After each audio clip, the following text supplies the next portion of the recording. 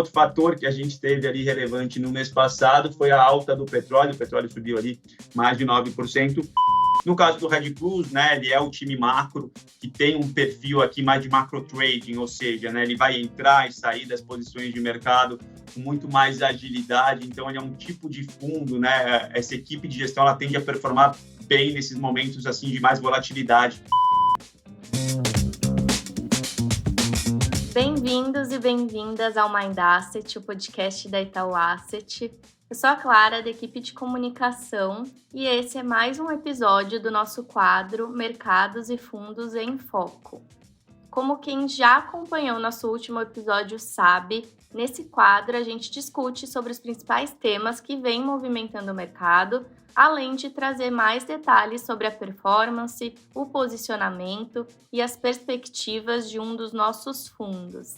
E para isso, eu conto com a presença do Thiago Morgado, que é Portfólio Specialist aqui na Itaú Asset. Então, vamos começar, tudo bem, Thiago? Bem-vindo novamente. Muito bom, Clara.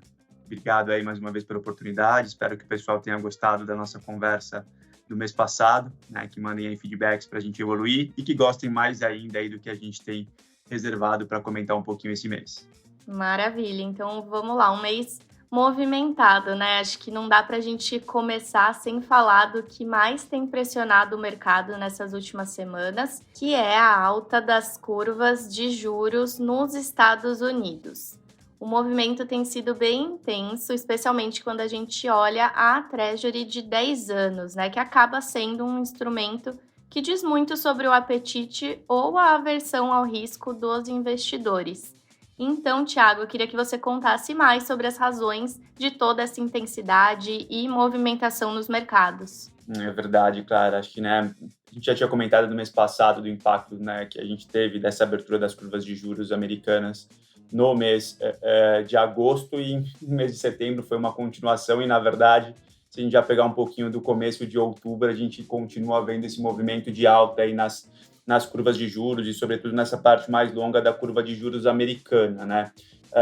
Os níveis que a gente vê, né, a Treasury de 10 anos no mês passado, aproximando de 4,70, esse mês aqui já superou 4,80, a Treasury de 30 anos ali batendo os 5, né? São todos níveis ali que a gente não vê antes da grande crise de 2008, né? Então, níveis que a gente só via em 2007, e, obviamente, isso acaba trazendo bastante impacto nos preços dos ativos. Acho que por trás desses movimentos, né, acho que de um ponto de vista de fundamento, é toda a história da força e da resiliência da economia norte-americana, né? A gente olhando aqui os dados de atividade, na sexta-feira agora a gente teve o dado de desemprego aí surpreendendo bastante o mercado, né, com a força do mercado de trabalho americano, e isso traz ali, né, num curto prazo, primeiro, né, uma discussão de quanto esse atual nível dos juros americano aí na casa dos 5,5, eles já estão em níveis restritivos o suficientes para desacelerar, né, a economia americana, para que a inflação efetivamente volte lá para o nível de 2%. E também alguns outros aspectos, né, que são um pouco mais assim técnicos de mercado. A gente teve, né, a gente comentou também no mês passado um pouco da mudança da postura do Banco Central japonês, que mexe um pouquinho na dinâmica de oferta e demanda pelos títulos mais longos. A gente também teve no mês passado uma emissão por parte do Tesouro americano maior do que o antecipado pelo mercado, então também isso pressiona essas taxas mais longas, né? Então a gente acaba tendo esses componentes aqui, tanto mais fundamentais de economia, quanto até um pouco mais técnicos de oferta e demanda, que fizeram bastante preço no mês passado, na verdade, né, em agosto, em setembro, a gente começa outubro aqui com uma dinâmica muito parecida, Clara. Certo, e toda a discussão de juros mais alto por mais tempo e como é que isso se traduz em todos os mercados. E aí já vou aproveitar para fazer a minha segunda pergunta, né, que é como que o restante do mundo se comportou nesses termos também ao longo desse mês. Fundamental, né? Acho que quem teve a oportunidade de ver a live do Thomas ali na semana passada, né, ele comenta que o juros longo americano é como se fosse, né, a primeira peça de Lego para você poder montar todo o restante, né? E a partir do momento em que ele vem oscilando bastante, acho que todos os ativos globais acabam tendo impacto, obviamente, nos mercados de juros e de moedas, que tem, né, como função ali sempre o juros americano. Então, acho que de maneira geral, né, alguns países ali a gente já veio comentando, quem teve a oportunidade de ver um pouco dos vídeos que a gente fazia anteriormente, né, países emergentes que tinham começado um trabalho de aperto monetário até antes do que os países desenvolvidos, né, já viam suas inflações cedendo e começaram os ciclos de corte, né, das suas taxas de juros já no momento um pouco anterior. Então, alguns países aqui na América Latina e outros ali, especialmente no leste europeu. Esses países, obviamente, com esses juros americanos mais altos, também passam a ter menos espaço para corte. Então, a gente vê, né, esses juros abrindo bastante nesses países emergentes e também em alguns países desenvolvidos. Acho que aqui a grande discussão com relação aos impactos nos países desenvolvidos em termos de curva de juros é que, ao contrário dos Estados Unidos, né, os Estados Unidos a gente está discutindo aqui esse Banco Central com nível de juros alto, numa economia extremamente resiliente e forte. Quando a gente vai para a Europa, por exemplo, né, esse juros alto, ele continua sendo verdade, né? O Banco Central Europeu subiu os juros ali, sinalizando que seria a última vez. O Banco Central inglês parou, né? Falou que parou de subir juros, pelo menos por enquanto. E muito porque eles estão parando em níveis ali que, de certa forma, comparativamente com os Estados Unidos, não são tão altos. Porque as economias desses países estão bem mais fracas, né? Então, por exemplo, até se a gente olha no mês fechado, os juros do Reino Unido fechou. Mas quando a gente olha de maneira geral, a maior parte das curvas de juros globais sofreram o impacto dessa abertura dos juros americanos. E quando a gente fala para a moeda, a gente sabe, né, que uma das funções de moeda também é diferencial de taxa de juros. A gente também teve um mês de valorização do dólar e aí contra as principais divisas, né? E se a gente pega nesse componente, como eu comentei, né, os juros do Reino Unido fechando, nesse contexto de juros americano mais forte, por exemplo, né, a moeda do Reino Unido foi uma moeda que acabou até sofrendo um pouco mais ali no mês passado. Certo, e quando a gente passa para o mundo, né, de renda variável, a gente vê que foi um mês de desvalorização, certo? Como é que foi o desempenho aqui dos principais índices?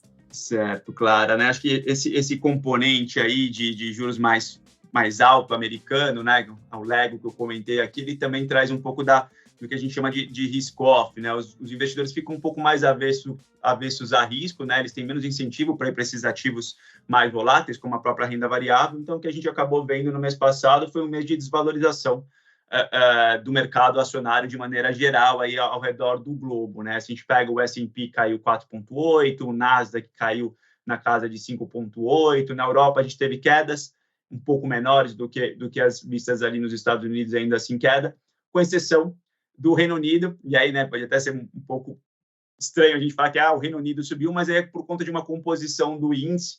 Ele é um índice que tem muita empresa vinculada ao setor de energia, e um outro fator que a gente teve ali relevante no mês passado foi a alta do petróleo. O petróleo subiu ali mais de 9%, basicamente por conta ali do anúncio de cortes de produção por parte da Rússia e da Arábia Saudita. Então, inclusive, né, mais uma cerejinha do bolo dessa história de se essa inflação aí, que nível que ela vai ficar essa inflação, enquanto esses países têm que os bancos centrais precisam ficar em território mais restritivo para ancorar essa inflação, tá? Mas voltando, né, de maneira geral, a renda variável internacional teve um mês de desvalorização aí durante setembro. Uhum. E falando agora, trazendo a nossa conversa para o contexto local, falando de Brasil, como é que o mercado aqui respondeu a esse ambiente? Claro. Acho que a gente não consegue, né, se isolar do contexto internacional, sempre bate aqui bastante, e no mês passado e no começo desse mês não é diferente. Só para recapitular um pouquinho, né, a gente teve ali o Copom, né, realizando um novo corte de 50 basis points na taxa de juros, levando para 12,75, sinalizando ali, né, que deve manter esse ritmo de 50 basis points por reunião, embora, né, acho que as discussões agora com tudo que vem acontecendo é até onde ele pode ir por conta desses diferenciais de juros que a gente comentou anteriormente, mas ainda assim, né, no Brasil, a gente viu um movimento de abertura nas curvas de juros também, aqui, principalmente nessa parte mais longa da curva de juros nominal, tá? A gente viu também uma desvalorização do real, né? Acho que aqui na mesma linha do que a gente comentou nesse movimento internacional. O Ibovespa teve até que uma pequena alta, né? Ele se valorizou 1,6, tem questões, obviamente, mais relacionadas aos setores aqui, né? A construção do índice brasileiro, os setores de destaque foram setores de energia, materiais básicos, de utilidade pública. Mas se você for, por exemplo, olhar o setor de small cap, que é mais representativo, né, da economia real aqui brasileira, a gente teve uma queda já um pouquinho mais relevante. Bom, agora eu queria falar do nosso fundo em destaque do mês, que é o Itaú Reg Plus. Foi um mês de recuperação para o fundo, né, com uma performance superior ao CDI no período. E eu queria explorar aqui de onde vieram os principais ganhos da estratégia. Claro, acho que primeiro sempre vale a gente reforçar, né, um pouquinho do que é o Reg Plus, o Itaú Reg Plus, um fundo que a gente já tem aqui na Asset há bastante tempo, e com todo o contexto do multimesas que a gente tem, é sempre legal a gente deixar o pessoal entendendo um pouquinho do DNA de cada um desses times. No caso do Reg Plus, né, ele é o time macro, que tem um perfil aqui mais de macro trading, ou seja, né, ele vai entrar e sair das posições de mercado com muito mais agilidade, então ele é um tipo de fundo, né, essa equipe de gestão ela tende a performar bem nesses momentos assim de mais volatilidade, que é o que a gente viu aí, especialmente no mês passado, tá? E aí, acho que falando um pouco aqui de como é que o time navegou durante o mês passado e gerou essa performance em destaque, acho que não só aqui dentro da Itaú Asset, mas também dentro da indústria, né, que vem tendo um período de performance bem mais desafiadora, onde a gente conseguiu se destacar. Primeiro foi o book de juros, e aí acho que aqui reforçando principalmente no mercado brasileiro, acho que a percepção da equipe de gestão com relação a que esse movimento internacional faria com que todos os cortes que tinham sido precificados na curva de juros brasileira, né, acabariam sendo removidos, ou seja, a gente presenciaria nos ativos brasileiros essa reprecificação que a gente viu no mercado internacional. Então, durante o mês, o time trabalhou com uma posição mais tomada, né, nos juros nominais, que é o comprado em taxa, então isso acabou trazendo um resultado bem interessante para o fundo. No mercado internacional, o time mexeu bastante as posições ao longo do mês, mas a gente conseguiu ali pegar um pouquinho dessa parte, principalmente da curva de juros do Reino Unido, com a expectativa de que o Banco Central por lá ia efetivamente parar ali o seu ciclo de alta. O mercado tinha um pouco mais ali de altas precificadas na curva, a gente conseguiu capturar isso bem, então acho que a gente teve esse destaque do book de juros, né, principalmente no local, mas a gente também conseguiu navegar muito bem no book internacional e também o book de moedas, né? Acho que a cabeça da gestão de que esse juros americano mais alto e esse, né, excepcionalismo do ponto de vista de crescimento da economia norte-americana traria esse movimento de dólar mais forte, né? E aí o time vai ao longo do mês trabalhando quais posições aqui, quais moedas tendem a underperformar aqui com relação ao dólar. Eles fizeram isso muito bem no mês passado. Então, os grandes destaques, né, que foram responsáveis pela performance do fundo no período foram os books de juros e os books de moeda aqui.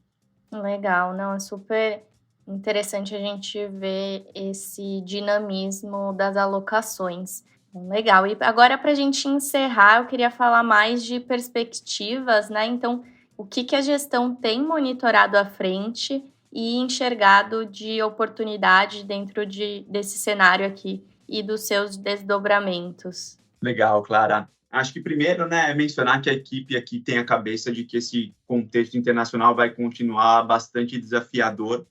E, de maneira geral, eles veem aqui dois cenários aqui como possíveis, né? Acho que o primeiro cenário é que esse juros americano, né, vai continuar alto ou subindo por conta dessa economia mais forte que a gente vem acompanhando, tá? E o segundo cenário é que em algum momento alguma coisa pode quebrar, né? A gente está falando aqui de um movimento de alta de taxa de juros muito grande. Historicamente, quando isso acontece, alguma coisa acaba saindo do lugar, né? E quando isso acontece, a gente acaba tendo um cenário de mais risk-off. Nesse primeiro cenário, né, dos juros americanos continuarem em níveis altos aqui, eventualmente continuarem subindo, a gente acredita que essas economias, por exemplo, da Europa, né, o Reino Unido, não vão ter espaço para subir, né, e se manterem em níveis semelhantes aos americanos. Então, o que a gente faz aqui é o que a gente chama de trade relativo. A gente tem umas posições onde a gente fica aplicado nos juros desses países, né, ou seja, vendido aqui em taxa, e aí comprado em juros americanos, tá?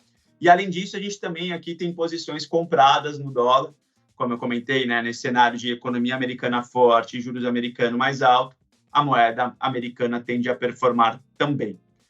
Essa posição de dólar mais forte, ela também funciona muito bem num cenário de risk-off, né? Se a gente tem alguma coisa que acaba acontecendo mais séria no mundo, o dólar também ali, né, como porto seguro, tende a performar bem.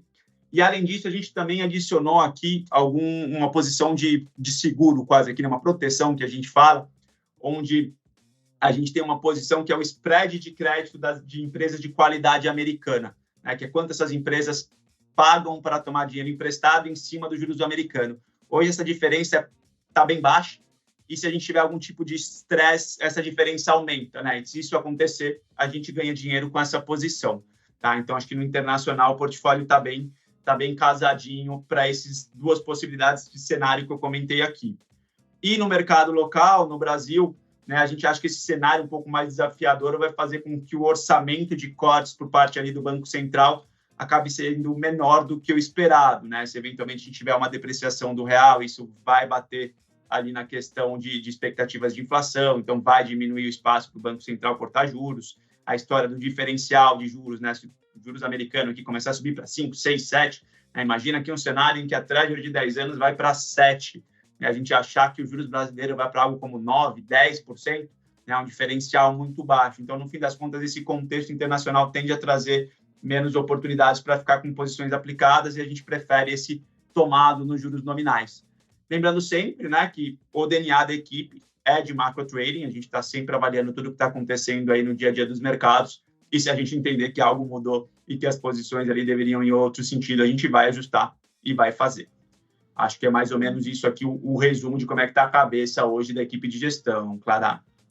Legal. Thiago, acho que tem bastante coisa à frente, né, para a gente acompanhar e monitorar. E para você, nosso ouvinte, que nos acompanhou até aqui, se você quer saber mais sobre o Hedge Plus, basta acessar o link da descrição. E a gente encerra esse episódio por aqui. Thiago, mais uma vez, muito obrigada e a gente se vê no mês que vem. Eu que agradeço aí o tempo de todo mundo e até a próxima, claro. Tchau.